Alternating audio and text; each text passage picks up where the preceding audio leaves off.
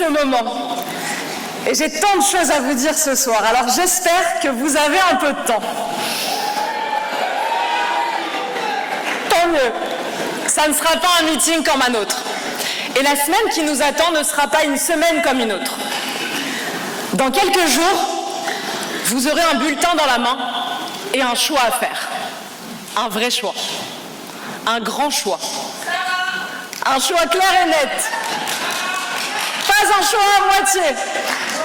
Le choix qui vous attend dans l'isoloir ce dimanche est un choix entre ceux qui vous racontent des histoires et celles qui vous rendent des comptes.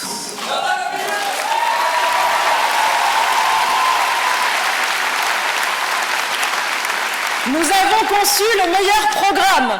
Il est là.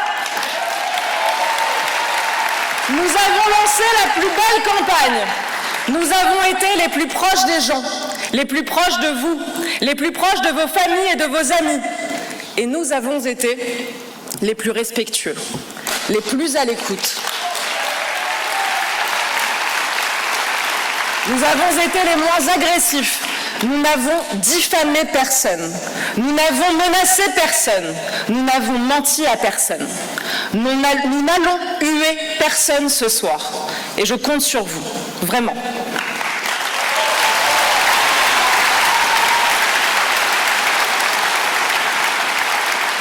Alors ce soir, je voudrais que nous nous accordions un petit plaisir.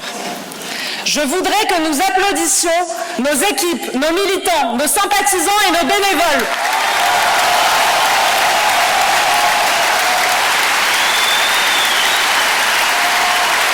Merci pour eux.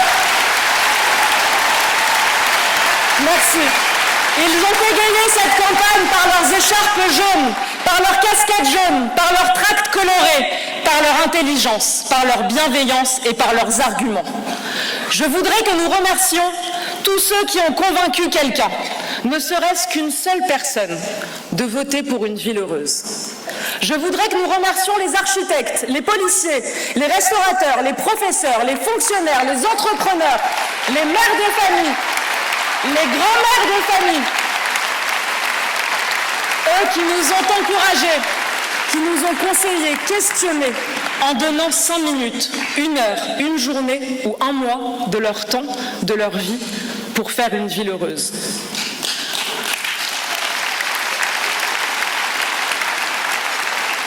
Au risque de vous surprendre, je voudrais que nous remercions aussi nos adversaires, qui ont tout fait dans cette campagne pour faire parler de nous.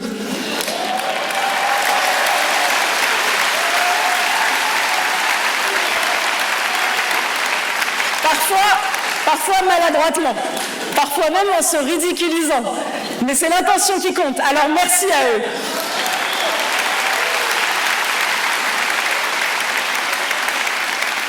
Je voudrais aussi que nous remercions les journalistes qui n'ont jamais manqué une seule occasion de mettre la lumière sur notre programme.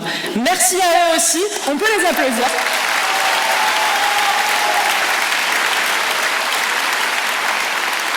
Et maintenant, mes amis, je voudrais que nous fassions un triomphe au peuple de Paris, à ce peuple qui se fait désinformer, tromper, humilier, voler depuis 2 décennies par une municipalité socialiste qui n'a jamais honte de rien et surtout pas de nous ruiner.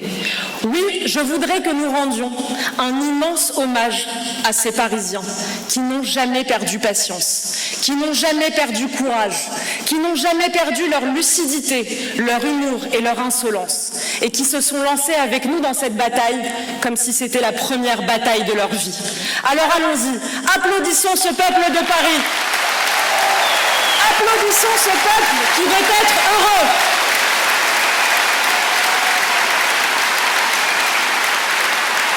Et avec lui, applaudissons l'optimisme, applaudissons l'enthousiasme, applaudissons nos sourires, applaudissons Paris. Bravo Paris, merci Paris.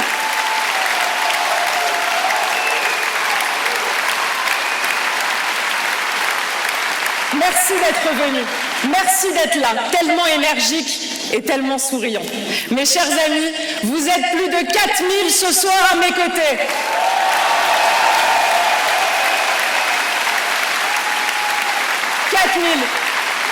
4000, quelle merveille, quel exploit, un lundi soir, au lendemain du retour des vacances. Vous êtes là. Merci à vous, vraiment merci. Je crois qu'on peut dire qu'on est en train de faire le plus gros meeting de la campagne municipale à toute l'échelle nationale.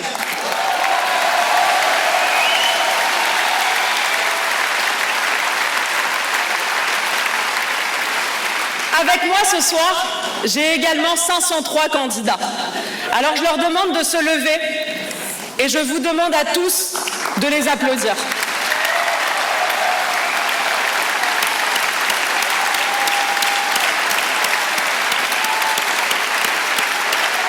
Bravo!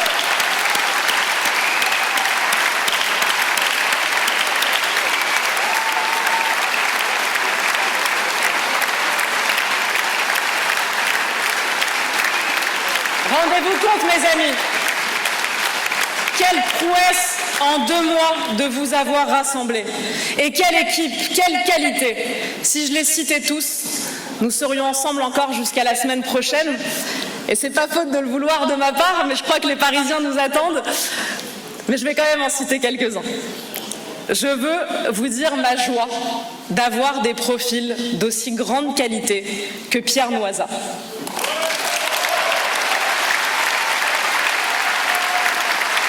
Pierre Noisa, polytechnicien brillant, ingénieur, entrepreneur, pionnier du Bitcoin en France. Et comme lui...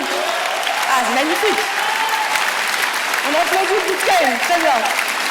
Et comme lui, tous les entrepreneurs qui sont avec moi, Marie, Arthur, Laure, Denis et tant d'autres.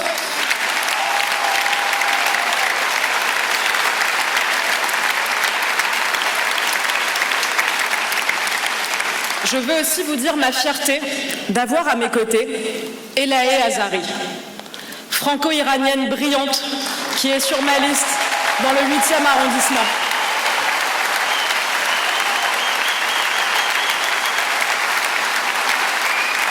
Elahe est doctorante en urbanisme.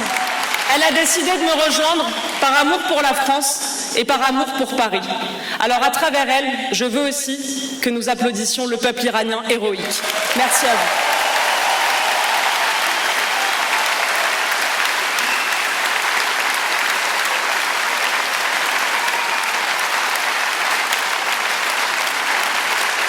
Nous pouvons aussi applaudir Laure Coxy, qui a fait chanter toute notre génération en dénonçant pour la première fois le harcèlement de rue que subissent trop de femmes à Paris.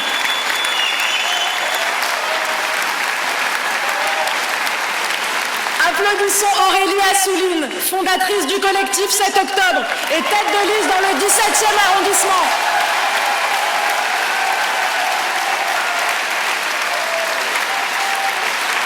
Merci à la jeunesse présente à mes côtés. Merci Hilaire, merci Samuel, merci Marine.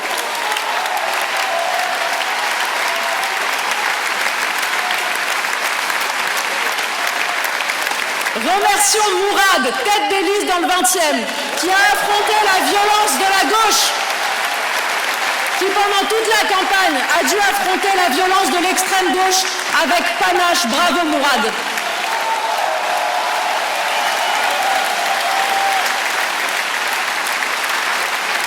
Merci à René-Paul Bartoli. Et je sais que la Corse est représentée dans la salle ce soir. Avec Marie-Pierre. René-Paul Bartoli, qui fera du 5e arrondissement un arrondissement aussi heureux que son merveilleux bar corse. Merci à lui.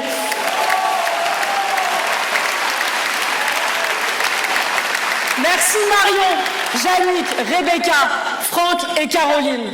Vous serez des maires d'arrondissement extraordinaires.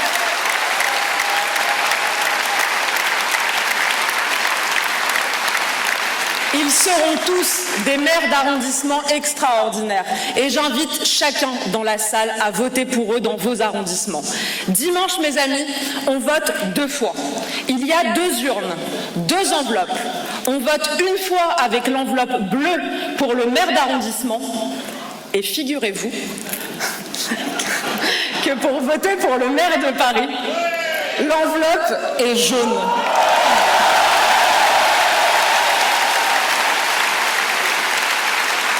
Oui, jaune. Et je vous jure que je ne le savais pas. Quel signe! Je crois qu'on peut dire que c'est la seule bonne décision qu'ait prise Madame Hidalgo. Merci Madame Hidalgo.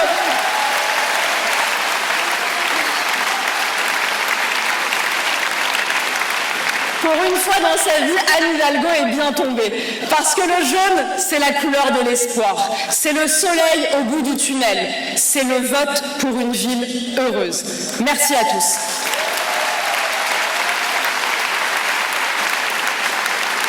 Alors dimanche, vous allez faire le bon choix 2 fois. Parce que je crois qu'on reconnaît notre équipe, nos candidats, notre projet à leur sourire. Et je crois que dans une semaine, dans les bureaux de vote, et malgré le secret de l'isoloir, on reconnaîtra nos électeurs à leur sourire. Mais chaque chose en son temps, mes amis. Pour le moment, nous sourions par anticipation et un peu par impatience. Parce que oui, nous sommes impatients.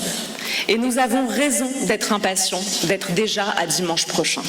Nous avons absolument raison d'espérer une ville heureuse. Et nous avons raison de vouloir que ça se voit dans nos regards. Et puis pardonnez-moi, mais les autres sont tellement ternes, tellement gris, tellement déprimants.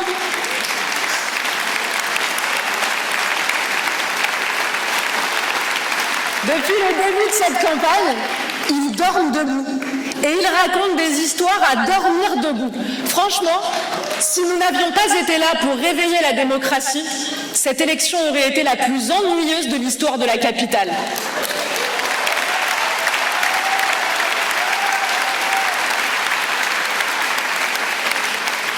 Et les autres, quand ils ne sont pas mous, quand ils ne sont pas flous, quand ils ne sont pas soporifiques, ils sont énervés, ultra énervés.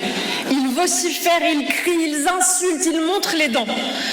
Alors, désolé pour les grincheux, désolé pour les passéistes, désolé pour les socialistes et pour leurs camarades communistes et autres antifas, désolé pour les désespérés professionnels et pour les casseurs hystériques. Oui, vraiment, désolé pour les emmerdeurs, mais nous sourions. Nous sourions parce que nous voulons la victoire.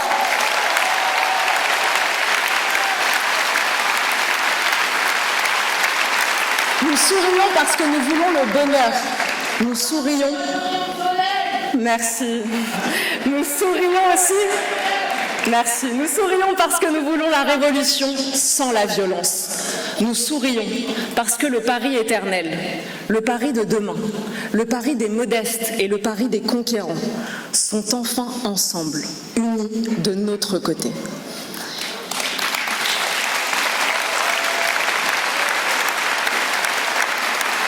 Et vous savez ce qu'ils disent en face? Ils sont tellement malheureux, ils sont tellement parano qu'ils pensent que nous sourions pour cacher nos idées. Ils n'ont pas compris que nos idées nous rendaient heureux. Et puis on va tout de même pas se déguiser en loup-garou pour correspondre à l'idée qu'ils se font de nous. Nous avons confiance en Paris, cette ville que nos adversaires n'aiment pas assez pour vouloir la rendre heureuse.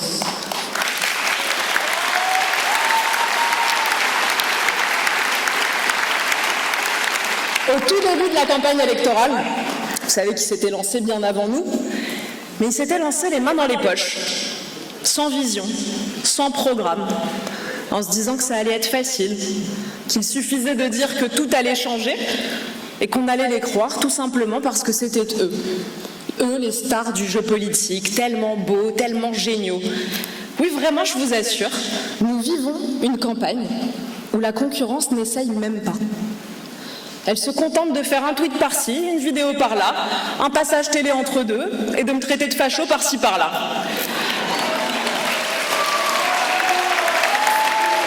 Nous n'allons huer personne, mes amis. Ils croyaient qu'il suffisait de faire comme d'hab. Ou plutôt, de ne rien faire, comme d'hab. Mauvaise pioche. Nous avons surgi. Surprise, on est là. Et plus rien n'a été comme d'hab. Plus rien n'a été pareil. Plus rien n'a été ennuyeux. Et ils n'étaient qu'au début de leur mésaventure. Parce qu'après notre campagne, a soudain débarqué notre programme. Et là, ce fut un choc frontal. Soudain, les sous-doués du budget de la mairie de Paris ont été obligés de repasser le bac. Et ils ne l'ont pas eu.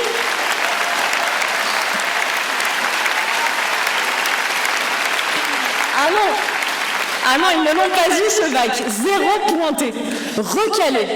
Et ce n'est pas seulement moi qui les note sévèrement. Ce sont eux qui n'ont pas étudié, qui n'ont pas révisé, qui n'ont pas travaillé du tout pendant des années, qui ont dessiné des têtes à Toto au lieu d'apprendre les leçons de l'économie, qui ont fait des cocottes en papier au lieu de faire leurs devoirs et qui ont fait l'impasse sur toutes les matières. Des cancres, oui, des cancres. Voilà qui dirigeait vos finances, mes amis, mais plus pour très longtemps, ça je vous le promets.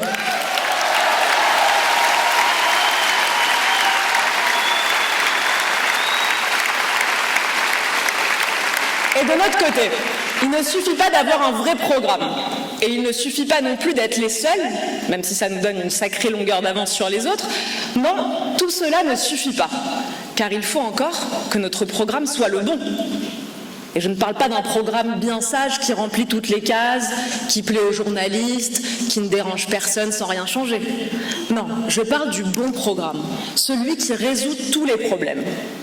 Je suis là pour ça.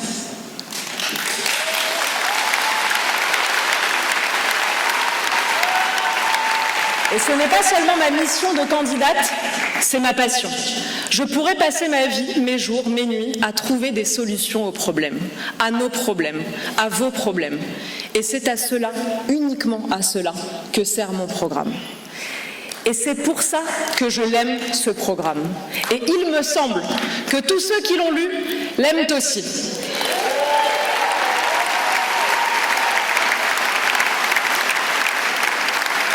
Ce n'est pas moi qu'ils aiment, ce n'est pas moi que vous aimez.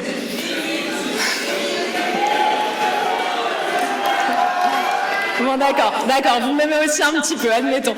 Moi aussi, je vous aime. On me dit que même chez mes concurrents, beaucoup l'aiment aussi, ce programme.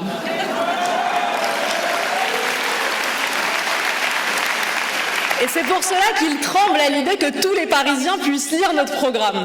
C'est pour ce programme, celui-ci, que je veux être élue. Je veux être élue pour en appliquer chaque ligne. Je ne veux pas être élue pour être heureuse, même si ça me ferait plaisir. Je veux être élue pour rendre Paris heureux. Et j'ai le programme qui rendra ce rêve possible, réalisable, réaliste, concret. C'est très important. Ce qui n'est pas concret ne m'intéresse pas. On a entendu pendant cette campagne que je faisais semblant de vouloir être maire de Paris pour faire un tour de piste avant d'autres échéances. Réfléchissons. Est-ce qu'ils pensent sérieusement que je fais semblant de faire tous ces efforts? Est-ce qu'ils pensent sérieusement que je fais semblant d'avoir le meilleur programme? Est-ce qu'ils pensent que je fais semblant de trouver des solutions à vos problèmes? Et vous, est-ce que vous faites semblant d'être là ce soir? Est-ce que vous faites semblant de vouloir redresser Paris? Est-ce que les électeurs vont faire semblant de voter pour nous dimanche? Qu'ils se détrompent, la réalité existe et j'en fais partie et vous en faites partie et nous allons leur prouver ce dimanche. Les autres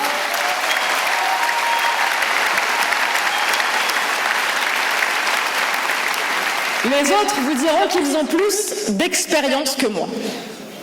Je leur répondrai qu'indiscutablement, ils ont plus d'expérience ratée que moi.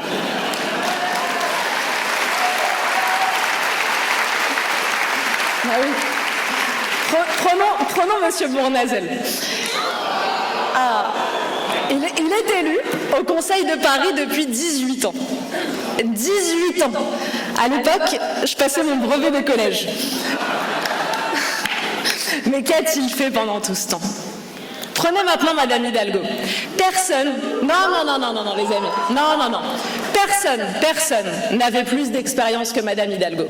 Elle était élue au Conseil de Paris depuis 2001. Elle a été maire de Paris pendant 12 ans. À quoi a servi cette expérience? À saccager Paris.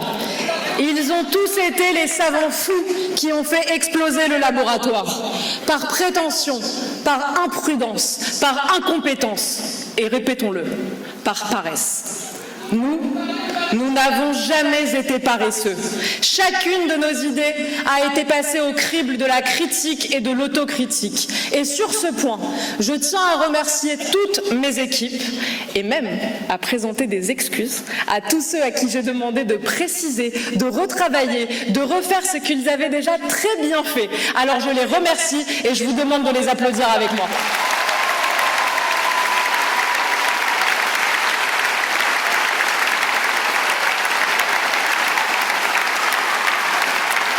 Merci pour eux. Et donc ce soir, puisque c'est notre dernier grand rendez-vous avant ce dimanche, je vais vous proposer un exercice simple, un exercice adulte, un exercice de consommateur averti. Vous avez devant vous 6 produits sur l'étagère. 6 bulletins de vote. 6 marques qui prétendent chacune vous offrir un pari meilleur. Alors faisons ce que tout acheteur intelligent fait, comparons les étiquettes. Lisons la composition. Et vous allez voir, c'est assez édifiant. Pas mal, ouais. Je commence par le plus important, par vous. Vous me connaissez, je suis patriote. Je place la France au-dessus de tout.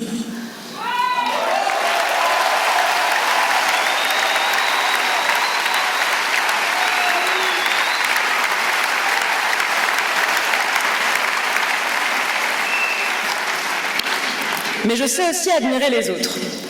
Et j'admire la démocratie suisse. Et j'ai de bonnes raisons puisque la Suisse est le pays le plus démocratique et le mieux géré au monde.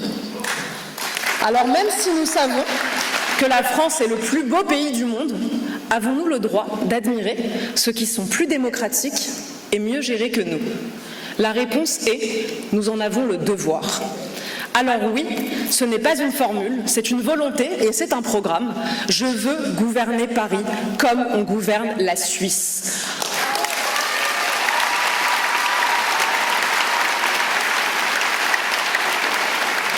Aucun de mes adversaires ne propose ce que je propose. 2 référendums par an au minimum. Et le référendum obligatoire pour tout projet d'aménagement supérieur à 10 millions d'euros.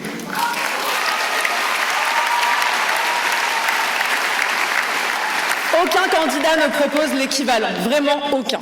Monsieur Grégoire ne le propose pas, Monsieur Bournazel ne le propose pas, Madame Dati ne le propose pas, Madame Chikirou préférerait mourir que de le proposer.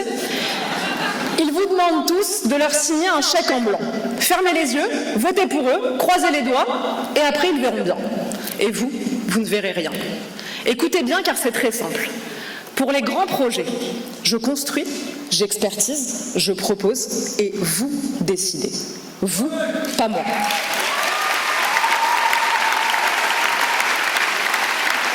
Si j'avais été maire, les Parisiens auraient voté avant de fermer les voies sur berge. Les Parisiens auraient voté sur les millions dilapidés pour la baignade dans la Seine. Les Parisiens auraient voté sur la place de la Concorde et sur la fermeture de la rue de Rivoli. Et là, je vous le dis, la moitié des gabegies de l'ère Hidalgo n'auraient jamais eu lieu parce que les Parisiens auraient dit non. Ceux qui savent doivent décider. Et les Parisiens savent. C'est leur ville, c'est leur destin. Et ils aimeront décider. Ils le veulent depuis toujours. Avec moi, ils pourront. Ils prendront cette liberté.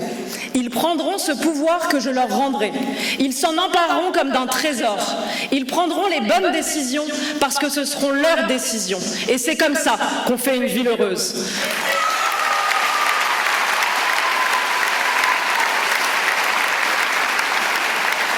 Je continue donc par le budget, puisque c'est le nerf de la guerre. Moi, je vous propose un plan de 10 milliards d'euros d'économie sur 10 ans. 10 milliards, c'est chiffré, c'est documenté, c'est sur 130 pages de programme que chacun peut consulter sur unevilleheureuse.fr. Et je ne dis pas 10 milliards parce que c'est un chiffre rond qui fait joli dans un programme. Non, 10 milliards, c'est la somme de dizaines de chiffres que je vous ai tous expliqués et justifiés. C'est le fruit d'un travail d'analyse budgétaire ligne par ligne. Ces 10 milliards, je les économiserai parce que ce sont vos 10 milliards. Ce sont les 10 milliards que je vous rends.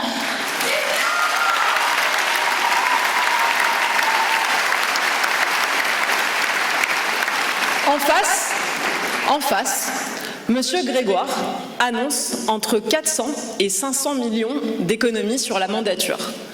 400 millions pour une ville qui dépense plus de 10 milliards d'euros par an. C'est comme vider la Seine avec une cuillère. Et en même temps, Monsieur Grégoire veut 60 000 nouveaux logements publics, un métro 24 heures sur 24, 100 millions d'investissements pour la propreté, une mutuelle municipale. Et qui va payer tout ça ? Vous, bien sûr, personne d'autre. Il ne le dit pas, mais vous l'avez compris. Avec Monsieur Grégoire, on économise presque rien en dépensant presque tout. Madame Dati, elle, vous annonce entre 600 millions et 1 milliard. C'est joli, mais c'est 10 fois moins que nous. Et surtout, personne ne sait si c'est 600 millions ou 1 milliard. Monsieur Bournazel promet 4 milliards sur 6 ans, ce qui est honorable, mais c'est toujours 2,5 fois inférieur à ce que je propose. Et est-ce que vous voulez qu'on vous rende 2 fois moins d'argent ? Voilà, j'en étais sûre. Quand il s'agit de dépenser votre argent, ces messieurs dames sont généreux. Mais dès qu'il s'agit de vous le rendre, comme ils deviennent radins. Et Monsieur Mariani. Alors, Monsieur Mariani nous parle d'un plan massif d'économie et de désendettement. Massif. Formidable. Mais pas un seul chiffre. Pas 1 euro. Le plan est tellement massif qu'il est invisible. Quant à Madame Chikirou, alors elle ne chiffre rien du tout. 0. Son programme promet de créer une régie verte populaire de Paris. 4 haltes humanitaires supplémentaires. Un service public de dépannage des ascenseurs. Et un programme pour les ascenseurs géré par Madame Chikirou. Vous savez d'avance comment ça va se terminer. Les dépanneurs feront grève et vous allez monter à pied.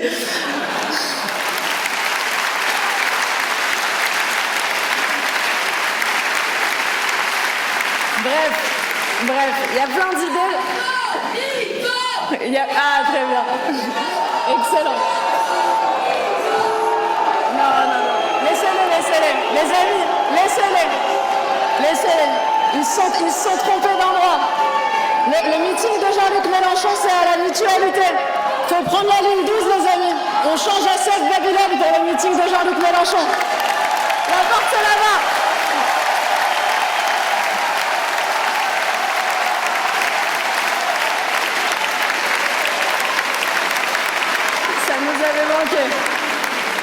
Ça nous avait manqué de voir des zadistes en plein Paris. Hein. Elles défendent Madame Chikirou, je crois, ça les énerve. Bon, il y a plein d'idées chez Madame Chikirou, comme chez ces jeunes femmes. Merci beaucoup. Mais sur les finances de la ville, alors là, c'est le vide intersidéral. C'est ça la France insoumise. Insoumise au réel. Et surtout insoumise à l'arithmétique. Parce que pour eux, vous comprenez, les chiffres, c'est trop bourgeois, n'est-ce pas ? On va tout de même pas s'abaisser à utiliser la calculette, cette affreuse invention capitaliste. Il faut faire taire les chiffres pour Madame Chikirou. Au goulag, les chiffres.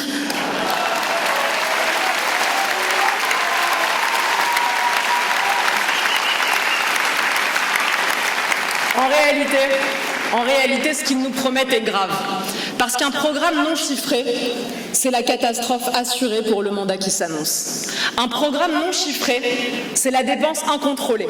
Ce sont les taxes qui grimpent, ce sont les impôts qui s'envolent, c'est la dette qui se creuse comme un gouffre, c'est votre argent qui se volatilise, ce sont vos services publics qui ne vous servent plus.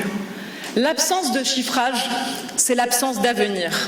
Voilà à quoi vous condamnent mes concurrents. Parce que ce désordre des comptes, c'est le désordre dans la ville tout entière. Paris a un très grand nombre de problèmes. Et l'absence de chiffrage, c'est la pire des solutions.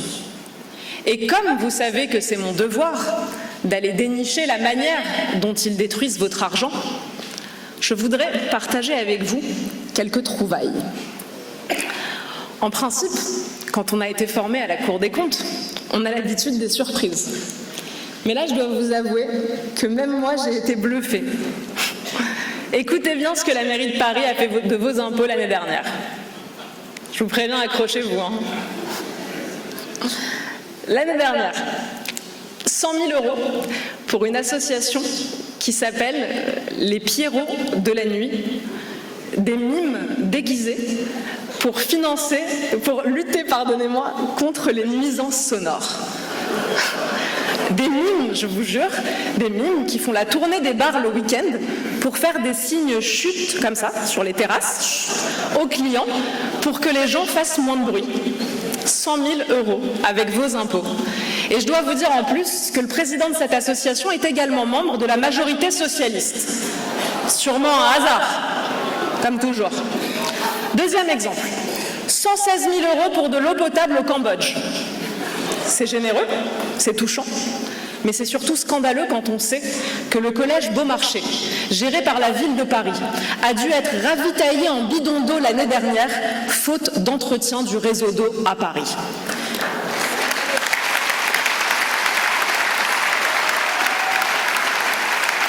Mais le Cambodge, lui, il a le droit à l'argent public parisien. C'est ça la gauche. Généreuse à l'autre bout du monde, mais impitoyable avec vous.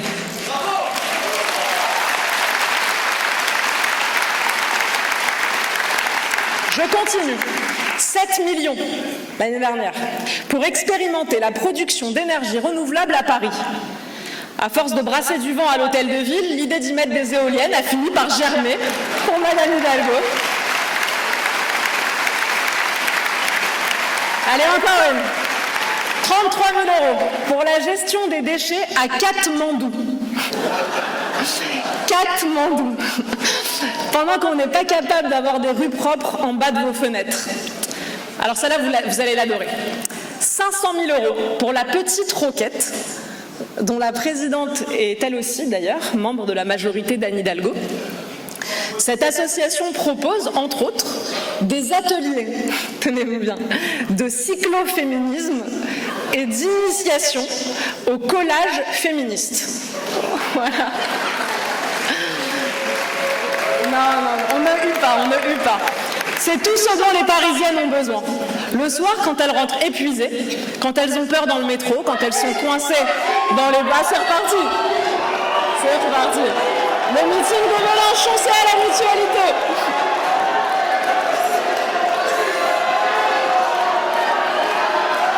C'est parti, les amis. Allez. Merci beaucoup. Ils vont nous faire la soirée. Merci beaucoup. Merci à vous. Et là.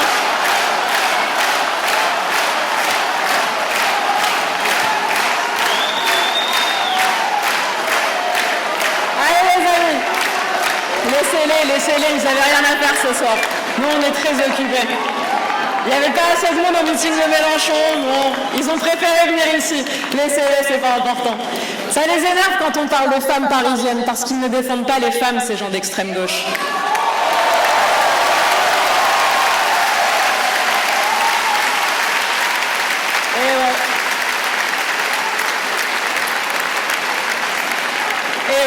Et donc c'est tout ce dont avaient besoin les femmes parisiennes. Je vous disais, quand elles rentrent chez elles, épuisées le soir, quand elles ont peur dans le métro, quand elles sont coincées dans les bouchons que la mairie a créés elle-même, elles se disent, heureusement, quelqu'un quelque part apprend à coller des affiches avec des vélos cyclo-féministes. Et là, elles dorment mieux. La prochaine est formidable. 1 500 € pour des cours de gymnastique adaptés pour les seniors LGBTQI+, des 11e et 18e arrondissements. Et ça n'est pas une blague, je vous assure, c'est dans le budget, c'est voté, c'est payé, indispensable pour les Parisiens. On va bientôt arriver au bout, hein. 3 000 € pour des clowns enquêteurs. Vous ne me croyez pas, je vous jure que c'est dans toutes les délibérations de la mairie de Paris. Je vous cite, des déambulations de personnages clownesques pour renforcer le lien social. Franchement, c'est plutôt à la mairie de Paris que c'est le cirque, hein.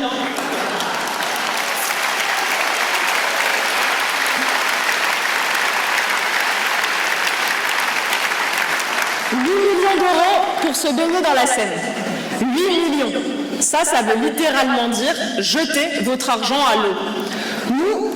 Nous sommes des gens simples, nous préférerions des piscines municipales bien entretenues. Mais c'est vrai que c'est un peu moins poétique.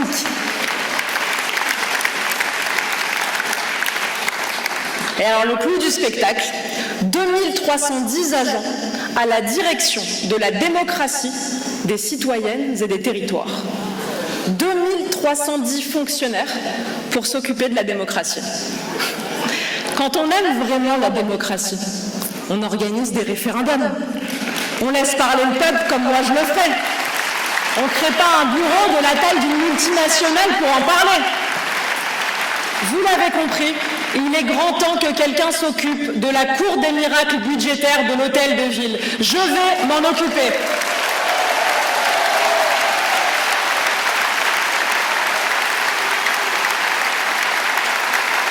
Parlons de vos impôts maintenant. Merci à vous. Parlons de vos impôts maintenant. Je divise votre taxe foncière par 2.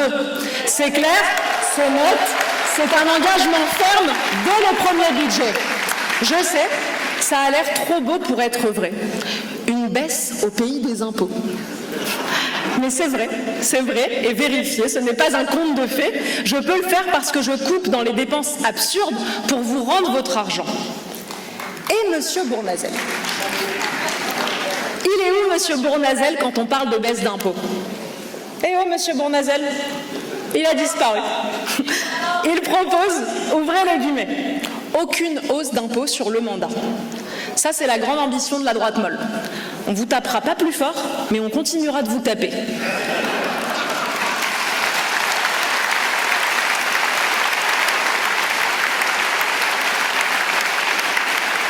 Madame Dati, elle promet elle aussi donc la stabilité de la taxe foncière. En français courant, ça veut dire vous continuerez à payer exactement ce que vous paierez aujourd'hui, c'est-à-dire beaucoup trop. Monsieur Mariani, lui, veut annuler les hausses abusives. Lesquelles? On ne sait pas. Et surtout, c'est donc qu'il y a eu des hausses raisonnables. Lesquelles? On ne sait pas non plus. Normalement, dans un programme fiscal, on donne des chiffres, pas des adjectifs qualificatifs. Bon, pour la clarté, on repassera. C'est un peu comme promettre de guérir une maladie, mais sans dire laquelle. Voilà, merci docteur Mariani.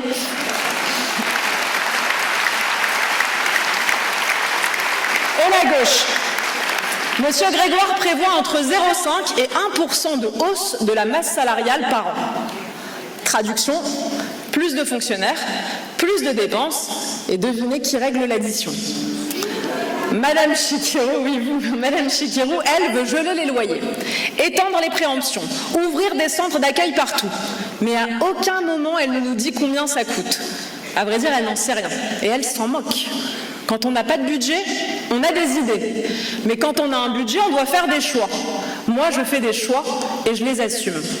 Parlons de votre sécurité maintenant. Je veux 8000 policiers municipaux armés sur le terrain.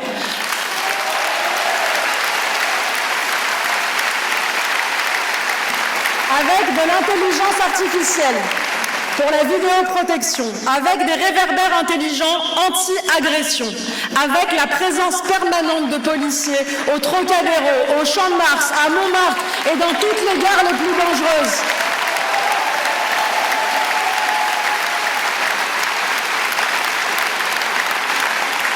Madame Dati propose 5000 agents. C'est bien, mais c'est 3000 de moins que nous. 3000 pour une ville qui a 2 millions d'habitants et 10 millions de visiteurs par an, ça se voit et ça se sent. Monsieur Mariani, là il faut le reconnaître, il affiche un chiffre ambitieux de 8350 agents. Là le chiffre est précis, mais sans aucune méthode de financement. C'est comme promettre un voyage sur la Lune mais sans la fusée. Vous savez que vous devez prévoir des gilets de sauvetage, hein, là. Monsieur Bournazel propose 6000 agents. C'est entre les deux. C'est ni chair ni poisson, ni figue ni raisin, ni fait ni affaire, c'est du Bournazel.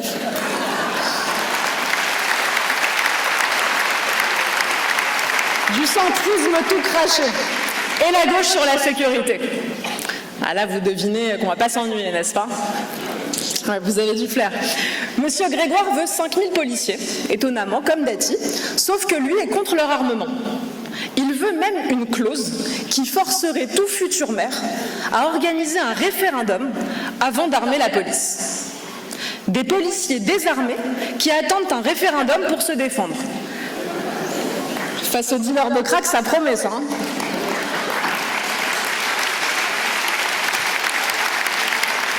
Il propose aussi des boutons d'alerte sur les abribus. Un bouton sur un abribus. Quand vous vous faites agresser à 2 h du matin, votre premier réflexe, c'est de chercher l'abribus le plus proche pour appuyer sur un bouton. Bien sûr.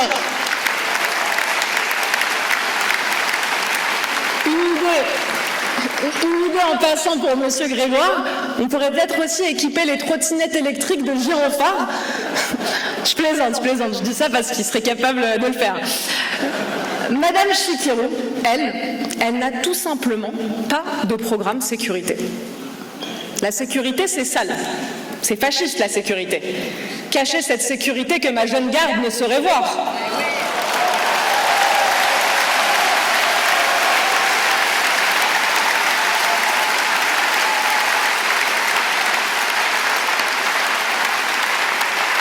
En revanche, Madame Chikirou, elle a un sacré programme d'immigration, le plus ambitieux de tous. On croyait que l'immigration, c'était pas dans les prérogatives du maire. Madame Chikirou a trouvé, elle a une idée. Elle veut créer un nouveau centre d'accueil pour les migrants, 4 haltes humanitaires supplémentaires. Elle prévoit de refuser toute collaboration dans les opérations d'évacuation de campements et de saisir les instances de l'ONU. Elle veut aussi présumer la minorité de tous les jeunes se présentant comme mineurs non accompagnés. Madame Chikirou ne veut pas sécuriser Paris, elle veut transformer Paris en zone d'accueil internationale. Mais ça n'est pas un programme municipal, c'est plutôt un tract des altermondialistes. Est-ce que vous voulez un centre d'accueil de 500 places pour les migrants en bas de chez vous? Est-ce que vous voulez une halte humanitaire dans votre rue? Est-ce que vous voulez des campements dans votre pâté de maison? Voilà, moi non plus. Alors oublions tout ça. On va plutôt parler de vous faciliter la vie. Parlons des voies sur berge. Je veux rouvrir les voies sur berge aux automobilistes.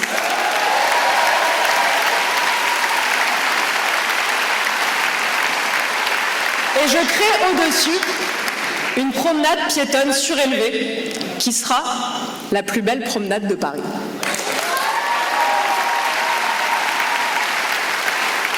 C'est concret, c'est ambitieux et ça réconcilie enfin les automobilistes, les cyclistes et les promeneurs. C'est beau, n'est-ce pas? Vous l'avez déjà vu ce projet? Tous les Parisiens vont trouver ça beau. Les riverains, les promeneurs, les cyclistes, les automobilistes, les touristes du monde entier vont trouver ça beau. Ça, c'est le Paris heureux d'être la plus belle ville du monde.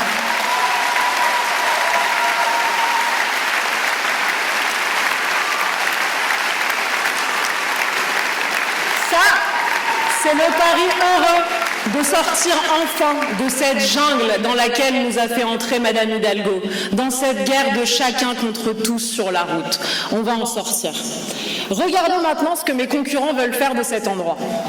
Madame Dati veut en faire un parc urbain patrimonial, végétalisé et piéton. Autrement dit, les voies restent fermées, vous restez coincés dans les bouchons, vous arrivez en retard à vos rendez-vous, vous êtes stressé, mais au moins, ce sera végétalisé. C'est le stress, mais c'est le stress vert. C'est l'embouteillage écolo. C'est toujours le même ras-le-bol, mais il y aura des petits oiseaux. Bref, Monsieur Bournazel, lui, veut créer de grandes berges avec piétonisation dans le 16e et une plage de la Bastille pour se baigner dans la Seine. Les Parisiens attendent de pouvoir circuler et M. Grégoire leur propose un maillot de bain. Il veut aussi faire, M. Grégoire, tant qu'on y est, des taxis vélos pour les seniors et des portes enfants sur les Vélib'. C'est touchant, mais ça n'est pas un programme municipal, là c'est plutôt un catalogue Décathlon. Pour ma part, plus sérieusement, je veux rétablir la circulation automobile rue de Rivoli. Je veux les 80 km/h sur le périphérique.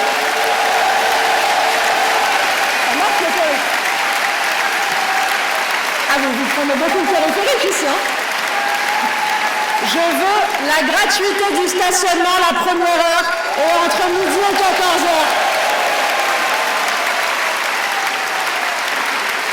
Et entre midi et 14h pour aider les restaurateurs. Je veux rétablir la gratuité pour les 2 roues. Je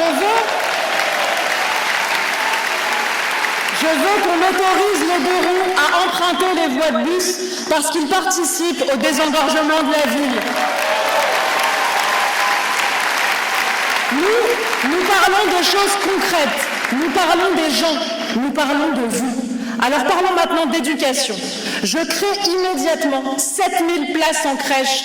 J'augmente de 10% le salaire des professionnels de la petite enfance. Et je fais appel aux grands-parents volontaires pour enfin restaurer la confiance dans le périscolaire.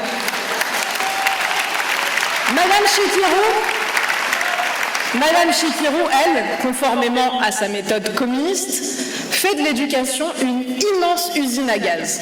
Elle crée une commission, un observatoire, un référent, un formulaire unique, de quoi engager des centaines de fonctionnaires.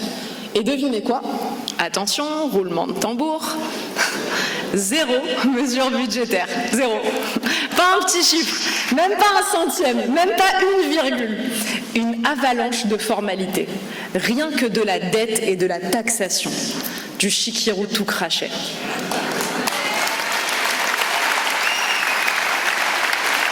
Madame Chikirou, devinez, la camarade Chikirou veut supprimer tout soutien aux écoles privées.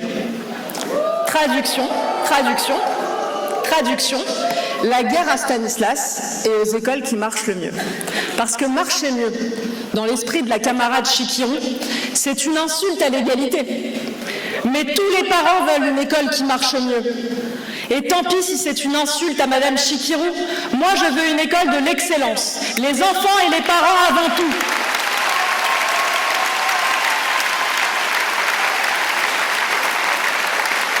La liberté avant tout, l'instruction avant tout, le calme et la discipline avant tout. Et l'idéologie, vous savez quoi? L'idéologie, on s'en fout.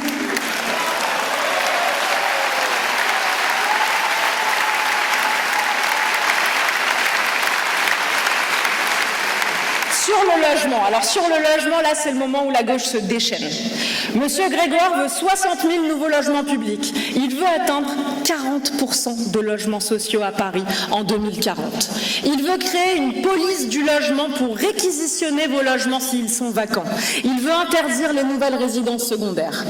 Il est autoritaire, il est brutal, il est même aveugle. C'est le domaine où il pourrait donner des leçons de communisme aux communistes. Et sa fausse gentillesse ne compensera pas la férocité de ces mesures. Madame Chikirou, elle, veut geler les loyers, étendre le droit de préemption à 30% du territoire, reconvertir 50 000 logements touristiques, interdire Airbnb. Madame Chikirou pense qu'elle seule sait comment gérer le marché de l'immobilier. Sa méthode est très simple. Elle consiste à éliminer le marché. Et quel sera le résultat? Plus du tout de marché, donc plus du tout d'immobilier. Uniquement du logement social. Il n'y aura plus qu'un seul propriétaire à Paris, Madame Chikirou en personne. Est-ce que ça vous fait envie, ça? Est-ce que vous croyez que ça peut rendre une ville heureuse? Ouais, moi non plus. Donc pour sauver l'immobilier, pour libérer l'immobilier, pour résoudre la crise du logement, il n'y a qu'une seule solution, voter pour nous. Moi, je mets fin aux préemptions. Je remets 50 000 logements sur le marché locatif. Tous ceux que l'encadrement des loyers avait fait disparaître. Oui, je déplafonne les loyers pour endiguer la pénurie. Cette mesure communiste qui a brisé le marché parisien et qui a laissé les loyers exploser en rendant les locataires vulnérables sur le marché locatif. Et non, je tiens à le dire, vos loyers ne vont pas augmenter. Ils peuvent même baisser, comme on l'a vu en Argentine, comme on l'a vu à chaque fois qu'on a renoncé à cette mesure absurde. Et ça n'est pas du libéralisme, c'est de l'économie. Je suis la seule à le proposer. Tous les autres se contentent. Tous les autres se contentent de garder ce qu'a fait Madame Hidalgo et juste de dire qu'ils n'iront pas plus loin.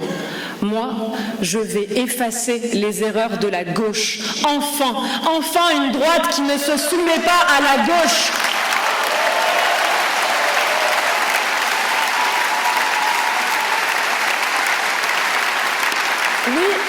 Oui, je vais diviser la taxe foncière par 2 pour tous les propriétaires et j'assurerai une transparence totale sur l'attribution des logements sociaux. Les amis de la mairie apprendront à vivre comme tout le monde, sans coupe-fil, sans passe-droit, sans clientélisme.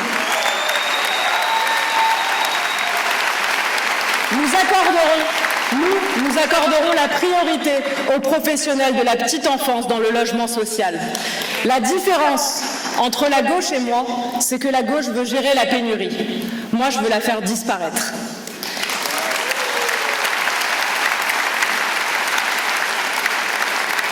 La technologie maintenant. Qui n'aime pas le progrès scientifique? Qui? Je vous le demande. Nos concurrents. Depuis le début de cette campagne, nos adversaires m'attaquent sur l'intelligence artificielle. J'adore cette attaque, parce qu'ils se révèlent. Ils montrent qu'ils ne connaissent pas la technologie, qu'ils ne l'aiment pas, qu'ils ne la comprennent pas. Alors évidemment, chacun est libre de rester au fax et aux pigeons voyageurs. Ils disent que c'est dangereux, que c'est déshumanisant, que c'est de la science-fiction. Mais je vais vous dire, moi, ce qui est dangereux. Ce qui est dangereux, c'est de gouverner une ville de 2 millions d'habitants avec les outils du siècle dernier.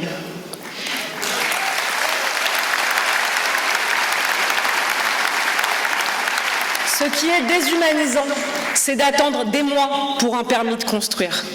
Ce qui est de la science-fiction, c'est de promettre une ville sûre sans changer aucune méthode de travail. Moi, je veux des feux tricolores pilotés par intelligence artificielle pour fluidifier le trafic en temps réel. Je veux des réverbères intelligents qui détectent les agressions et alertent la police instantanément pour vous protéger. Je veux une maquette numérique de Paris, un jumeau numérique de notre ville pour modéliser chaque projet d'urbanisme avant de dépenser le premier euro et afin de présenter tout nouveau projet en temps réel aux Parisiens. Je veux aussi accélérer les permis de construire par l'IA pour que les Parisiens ne restent pas bloqués pendant des mois dans les files d'attente de la mairie. Et qu'est-ce qu'ils proposent en face ? Alors ici, je vous préviens, mes concurrents dépassent toutes les bornes. Monsieur Bournazel veut des capteurs de la géolocalisation et des robots de tri. Il faut bien remplir les tracts avec quelque chose, hein. Madame Dati se contente d'une phrase sur l'IA, une seule. Elle veut, je cite, « nettoyer les zones prioritaires ». Monsieur Mariani, lui, ne parle tout simplement pas de technologie. Sa grande idée sur la circulation, c'est de remettre des agents au carrefour. Pendant que le monde entier passe à l'IA dans les feux tricolores, lui ressort les guérites et le sifflet. Pourquoi pas ? Faut plutôt diviser par 2 le nombre de fonctionnaires, je crois. Et monsieur Grégoire, il veut, je cite, utiliser l'IA pour repérer les nids de poules. Les nids de poules. Avec la plus grande révolution technologique depuis l'imprimerie, voilà l'ambition de la gauche parisienne. Autant louer un porte-avions pour traverser la Seine. Madame Chikirou, elle fait du Mariani. Elle ne mentionne pas une seule fois le mot technologie dans son programme. Pas une fois. Elle ne sait même pas que ça existe. Elle veut des observatoires, des comités de pilotage, des commissions départementales. La seule technologie qu'elle connaît, elle, c'est la bureaucratie. Elle veut que les logiciels aient le droit de grève. Elle veut remplacer l'avenir par un formulaire. Moi, je ne veux pas que Paris regarde passer cette révolution. Je veux que Paris soit une des capitales les plus modernes du monde pour mettre la technologie à votre service.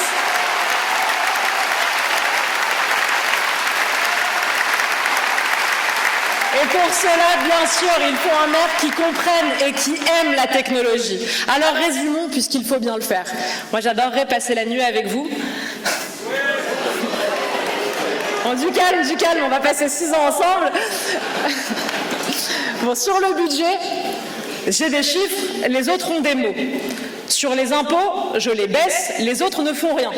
Je baisse les charges de tous les locataires et de tous les propriétaires en divisant par 2 la taxe d'ordures ménagères et la taxe de balayage. Sur la sécurité, j'ai 8000 policiers, une méthode et un financement. Les autres ont des chiffres inférieurs, pas de financement ou pas de chiffre du tout. Sur les berges, je réconcilie la voiture, les cyclistes et les piétons. Les autres sacrifient l'un ou l'autre quand ce n'est pas l'un et l'autre.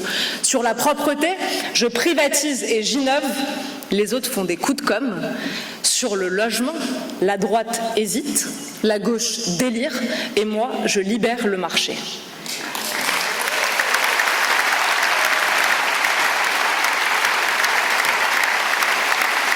Et je n'ai pas parlé, parce que je n'ai pas assez de temps, de tout ce que personne d'autre ne propose.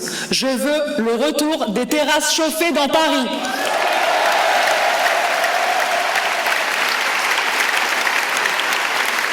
Ah, les bons vivants sont dans cette salle, là, ça fait plaisir. Je veux des cantines scolaires avec 100% de produits de l'agriculture française.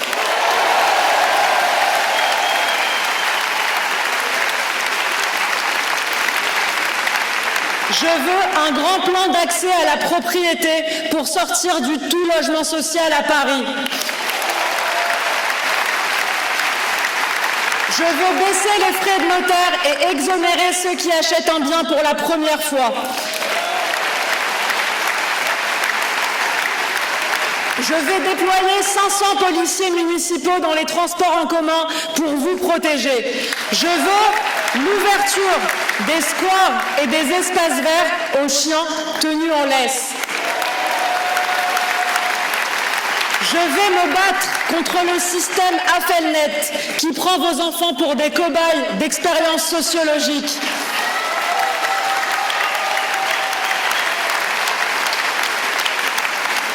Je vais enfin mettre les moyens de rénover les EHPAD municipaux parce que nos aînés méritent mieux que ça.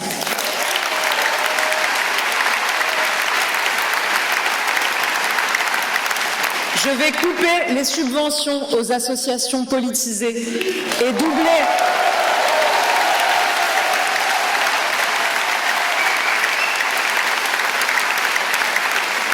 pour pouvoir doubler la contribution de la ville au dépistage des cancers et au financement de la recherche contre l'Alzheimer, au lieu de financer des folies, des lubies et des wokistes.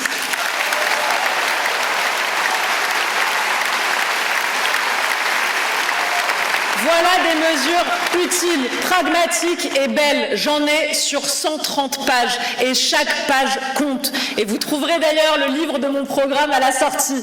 Lisez-le, faites-le lire, offrez-le. Il est le meilleur moyen de prouver que nous sommes les meilleurs, que vous êtes les meilleurs et que l'électeur a le choix entre nous et n'importe quoi.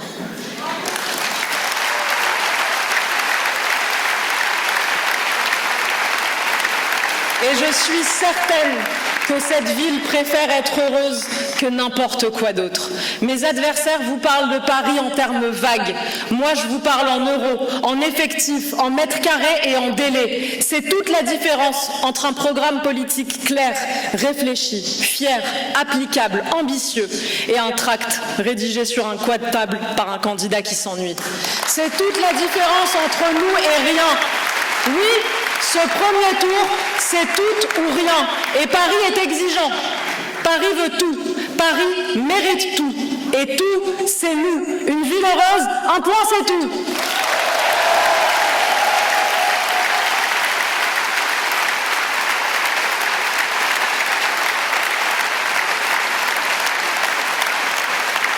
Et nous arrivons maintenant au sujet qui fait le plus peur à la mairie.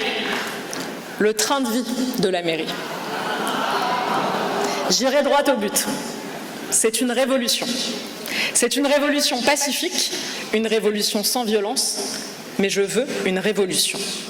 Je veux diviser par 5 le nombre de collaborateurs de cabinet. Je veux diviser par 2 le nombre de conseillers de Paris. Je veux arrêter avec cette folie des voitures de fonction, en finir avec le clientélisme dans les subventions aux associations, supprimer les jetons de présence des élus, réduire le nombre d'adjoints à 10. Je veux une mairie qui cesse de dépenser sans jamais compter.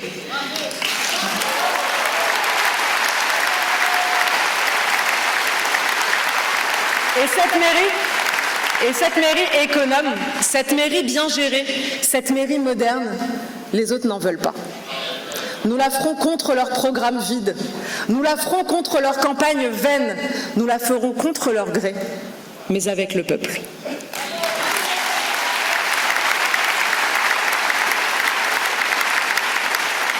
Et ce dynamitage du train de vie des élus, je ne le fais pas au nom d'une théorie. Je ne le fais pas au nom d'un dogme. Je le fais au nom des Parisiens. Je le fais au nom du peuple.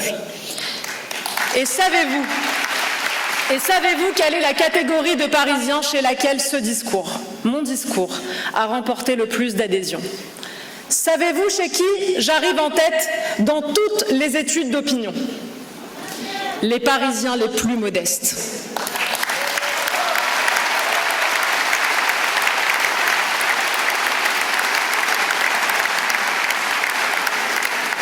Chez les Parisiens les plus modestes, chez les non-diplômés, chez les chômeurs, je dépasse la gauche réunie dans toutes ces catégories. C'est une grande fierté.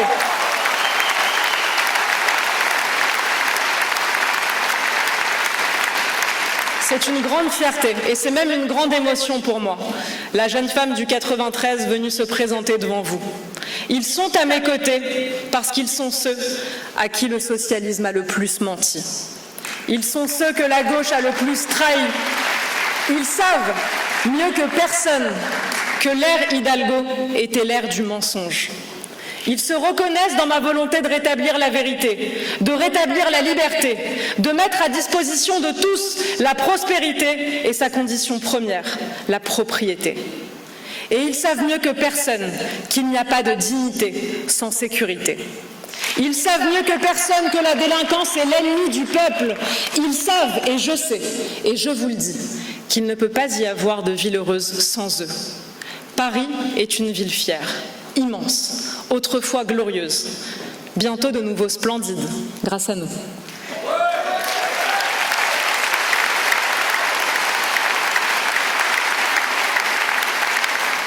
Mais j'insiste, sans les gens modestes, Paris n'est rien. Sans le peuple, il n'y a pas de Parisiens.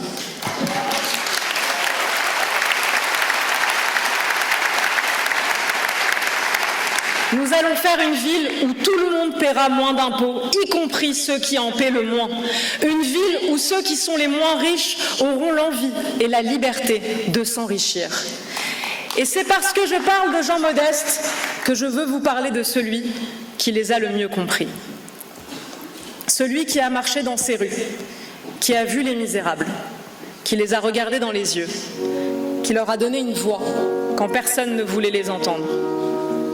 Celui qui savait que la grandeur d'une ville ne se mesure pas à ses palais, mais à la dignité qu'elle offre aux personnes les plus humbles.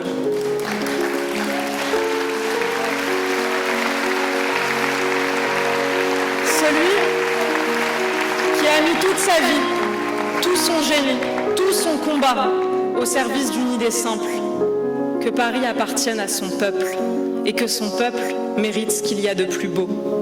Oui, je voudrais citer le plus grand des Parisiens, l'homme qui, plus qu'aucun autre, a aimé cette ville d'amour, l'homme qui a écrit un chef-d'œuvre sur notre chef-d'œuvre qui est la cathédrale, l'homme qui a vécu ici, aimé ici, combattu ici, l'homme qui a été élu ici, l'homme qui a fait trembler les puissants ici, l'homme que le peuple de Paris tout entier a pleuré à chaudes larmes toute une journée quand a résonné dans toutes nos avenues, dans toutes nos rues, dans tous nos appartements, cette phrase terrible « Victor Hugo est mort ».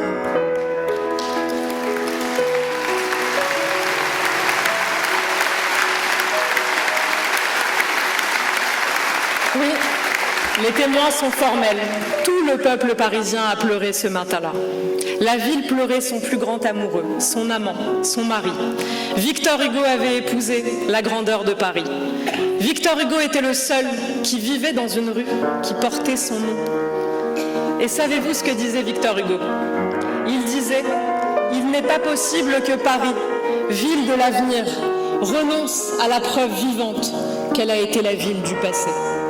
Le passé amène l'avenir. » Et notre devoir à tous, mes amis, désormais, c'est pendant 6 ans, pendant tout un mandat, de nous hisser à la hauteur de cette ville sublime, de nous montrer aussi grand et aussi ambitieux qu'elle, de faire une ville dont, quand nous nous promènerons au bord de la Seine, sur nos berges réinventées, nous dirons « C'est le Paris éternel et le Paris de demain ».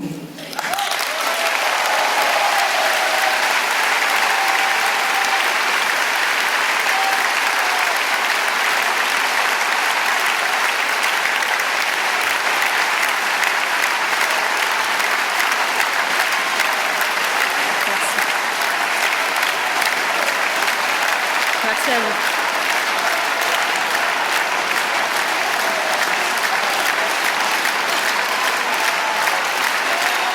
C'est magnifique, merci.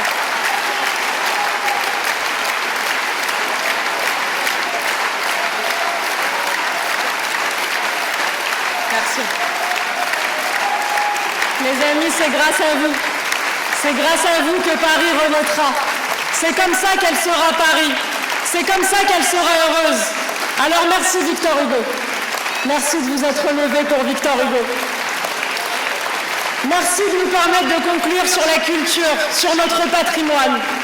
Je veux consacrer 300 millions d'euros à la restauration de nos églises sur le mandat. 300 millions. 300 millions parce que cette ville est un joyau du catholicisme et que le catholicisme a fait la beauté de Paris, sa grandeur et sa gloire.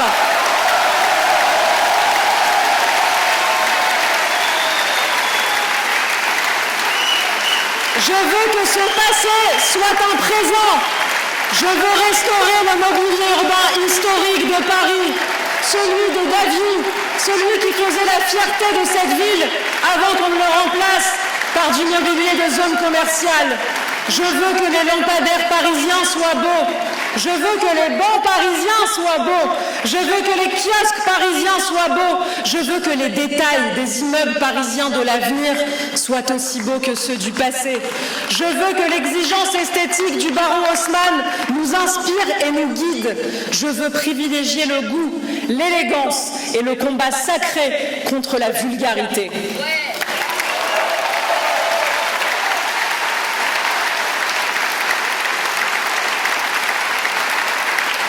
Le mobilier urbain et l'architecture ne sont pas des éléments de décor. Ils sont la matière même de notre vie quotidienne. Je veux que la vie parisienne soit séduisante 365 jours sur 365. Regardez autour de moi. C'est ça Paris. C'est beau Paris. C'est le Paris éternel que nous allons retrouver. C'est la ville d'avenir que nous allons construire ensemble. Pour mes concurrents, la beauté n'est même pas un sujet. La beauté, ils ne la voient pas. Ils n'en rêvent pas. Ils ne la prévoient pas. Vous savez quoi? La beauté, ils n'en veulent pas. Eh bien, s'ils ne veulent pas de la beauté se fera malgré eux. Parce que personne, ni à Paris, ni en France, ni à l'étranger, ne veut d'un Paris qui ne soit pas beau. Moi, je veux que tout nouveau bâtiment présente une façade cohérente avec l'identité architecturale de Paris.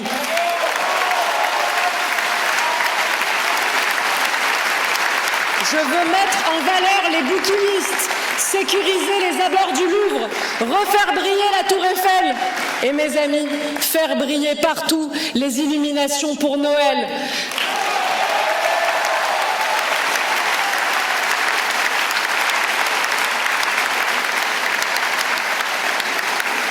Paris, vous ne l'ignorez pas, a longtemps été la ville des idées. Parce que le monde entier, depuis si longtemps, la plus grande université du monde, la Sorbonne, était ici. Au Moyen-Âge, les jeunes de toute l'Europe venaient ici pour étudier la philosophie et la théologie. C'est tout près d'ici, à la Sorbonne, que Thomas d'Aquin, qui deviendra le plus grand intellectuel de son temps, a été écolier et puis étudiant. Le quartier latin était un immense campus où toutes les langues se rencontraient et où naissaient la science et la sagesse future. Et ce n'est pas un hasard si des siècles plus tard naîtra justement à Paris la Déclaration des droits de l'homme. Paris a toujours été une ville libre et insolente. Paris a toujours été la capitale des révolutions. Historiquement, le peuple de Paris n'est pas celui du système. Le peuple de Paris est celui qui lutte contre le système.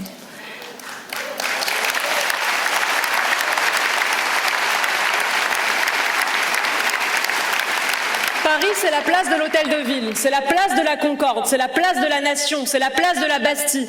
Ces places, vous les traversez chaque jour. Vous prenez le métro en dessous, vous achetez votre pain à côté, vos enfants jouent à proximité. En réalité, nous n'y pensons plus vraiment. Elles font partie du décor.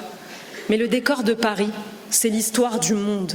Chaque pierre de cette ville se souvient de quelque chose. Et ces places en particulier se souviennent d'un peuple qui a toujours refusé de se coucher. Mes amis, avec votre vote dimanche, vous avez le pouvoir de lancer le départ de la grande et belle révolution qui redressera la France tout entière. Si nous y arrivons à Paris, nous allons lever un espoir immense dans le pays tout entier.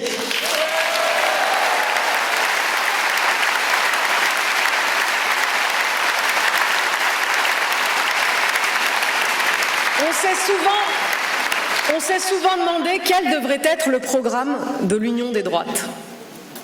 Le voilà.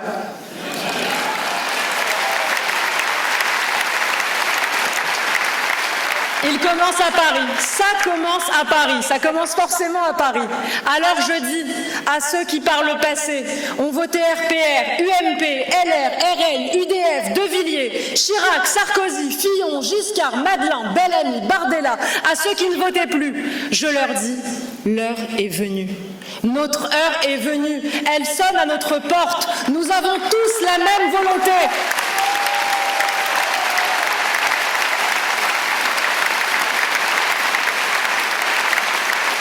Nous avons tous une semaine pour changer cette ville et nous savons tous que changer cette ville changera tout.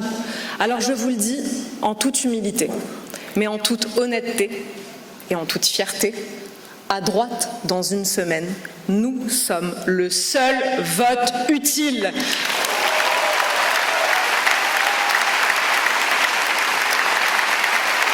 Ensuite, il sera toujours temps de discuter, mais il faut commencer par voter utile d'abord. Et rien n'est plus utile dans une semaine que ce bulletin. Il est là.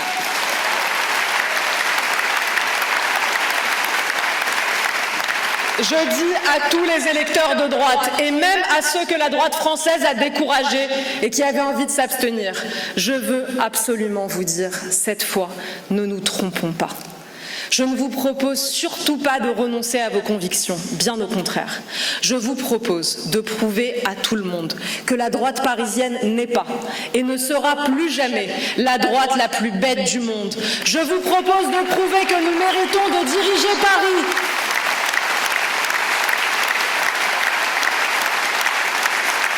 Et je vous le dis sans ironie et sans aucun mauvais esprit, parce que vous avez tous bien compris que le mauvais esprit ne faisait pas partie ni de ma campagne, ni de mon programme. Je vous le dis, gardez vos opinions, conservez vos partis, mais faites gagner Paris. Ne votez pas pour l'absence d'ambition, ne votez pas pour un demi-programme, ne confiez pas l'avenir de votre ville, de votre argent, de vos enfants, de votre sécurité à la chance ou au hasard. Confiez votre avenir à celle qui vous dit quel sera exactement votre avenir et qui s'engage et qui vous le prouve noir sur blanc à fond dès le premier tour. Oui, dans quelques jours, vous avez le pouvoir de redresser Paris.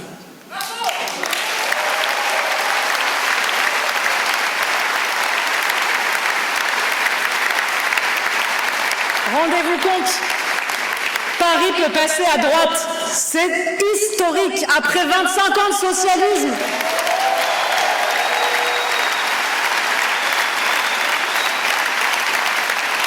pensions que Paris était perdu, c'est faux. Les Parisiens sont avec nous. Les Parisiens sont là. Ils veulent l'alternance.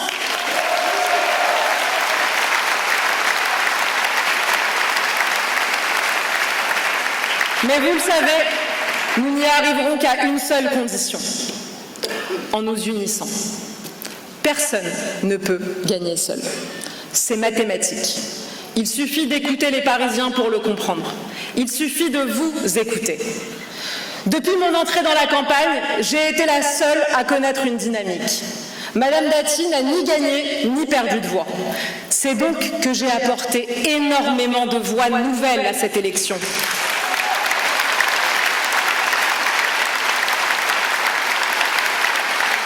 Des abstentionnistes qui n'y croyaient plus, des électeurs écœurés du spectacle politicien, des électeurs du RN qui ont été convaincus par mon message. Toutes ces voix, je peux les emmener à la victoire. J'offre enfin la possibilité de la victoire de la droite à Paris.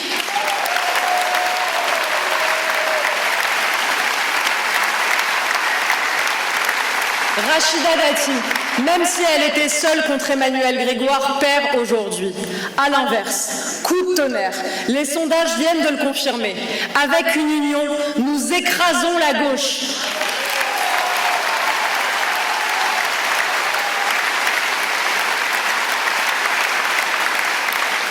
Or, la seule à proposer l'union dès aujourd'hui, c'est moi. Par conséquent, le seul vote utile, c'est ma candidature.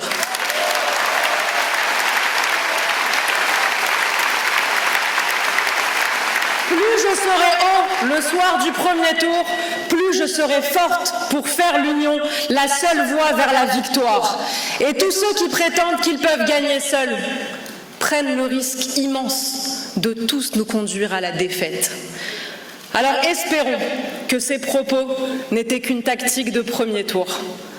Parce qu'en fait, ils attendent tous le soir du premier tour pour nous dire s'ils feront alliance. Mais vous, l'électeur de droite, vous ne pouvez pas vous payer le luxe de cette incertitude. Le matin du premier tour, vous avez besoin d'une certitude.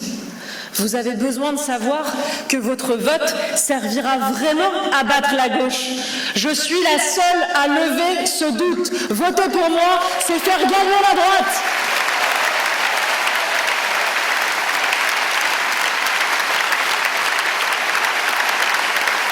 Mes amis, je suis aujourd'hui la seule candidate encore en dynamique, alors que tous les autres stagnent ou s'écroulent. À mes côtés, j'ai déjà plus de 100 000 électeurs.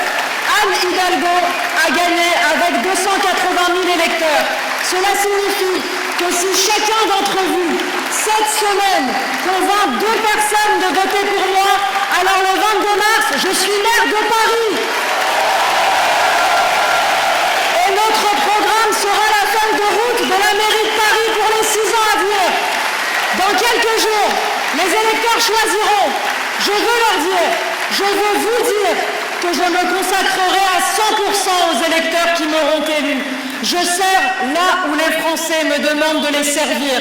Et s'ils décident que c'est à la mairie de Paris, alors je serai maire de Paris à temps plein. Et si je suis maire du 16e arrondissement, ce sera la même chose.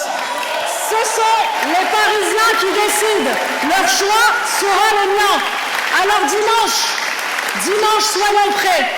Et tous les jours, entre ce soir et dimanche matin, soyons prêts. Soyons prêts, tout près des Parisiens, prêts à les rendre heureux, prêts à leur apporter la victoire. Alors je compte sur vous. Paris a besoin de vous. Ce programme a besoin de vous. La démocratie a besoin de vous. Paris doit être une ville heureuse, enfin. Merci à vous. Rendez-vous dimanche.